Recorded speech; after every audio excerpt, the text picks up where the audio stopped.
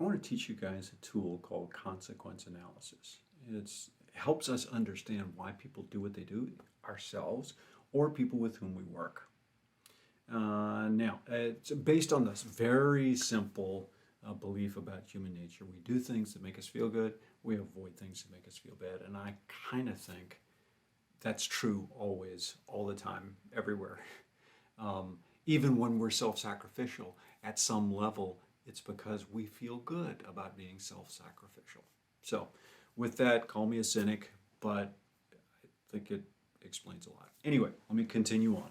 Consequence analysis. For every every time we're looking at human behavior, there's certain behaviors that we want to see, that the right thing, we know we should do it, and then there's the actual behaviors, what we do instead. A client of mine provided this data. It's generic enough, so it could be anybody, so it's safe. But it does give me the ability to talk from specifics. He wanted to be able, in his communications with his execs, to speak quickly, accurately, and at a high level. He wanted to raise up the level of his communication with them. Oftentimes, however, he found himself slowing down, both in actual talking, but also in his response time to these execs, being not as prepared and getting into the weeds. I said, let's do a consequence analysis. We did this on a coaching call. Consequence analysis looks at both of these behaviors one at a time. And what it says is, okay, so what is it about being quick, accurate, and high level in your communication that feels good to you personally? And of course, it gets him all the kudos, the attention, the pats on the back from the exec, whether they're really verbal or just that nod and appreciation, right? So that's what's desirable.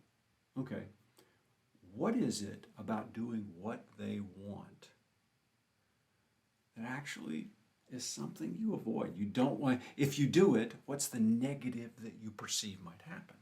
Well, in this particular case, his reticence in speaking up and speaking only at high level, not digging into the details that they really don't want, was that he felt that wouldn't be enough information. He feared it wouldn't be enough information, and it might put the company in a bad spot.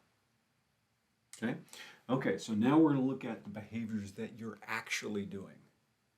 We know already the painful parts of it. That's probably, well, that is actually why we're in the coaching thing, is that he's seen as less in the executive's eyes because he's not doing what should be simple and obvious. Hey, speak to us quickly and accurately and high level.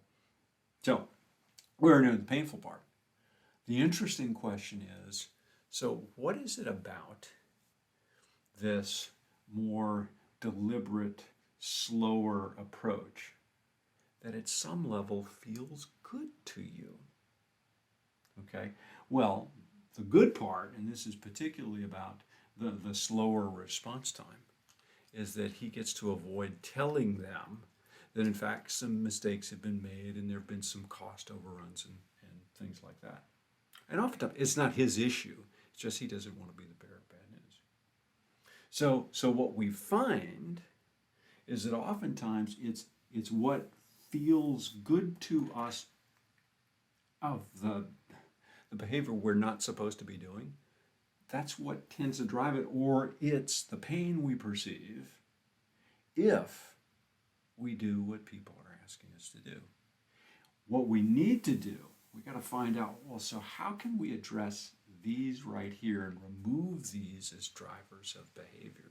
For this person, it meant getting clearer, actually sitting down with the execs, talking about at what level do you want detail? At how much of a cost overrun?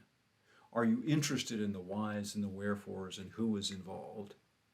And at what point do you just say, that's insignificant, we realize, but we don't need to hear it? This is a great tool for leaders. Too often, they see something that's not happening. One of their people isn't doing what they're expected to do. And what we want to do is we just want to install more pain when they do the bad thing, right? Punish them. that doesn't work. Punishment actually makes people get better at hiding. Okay?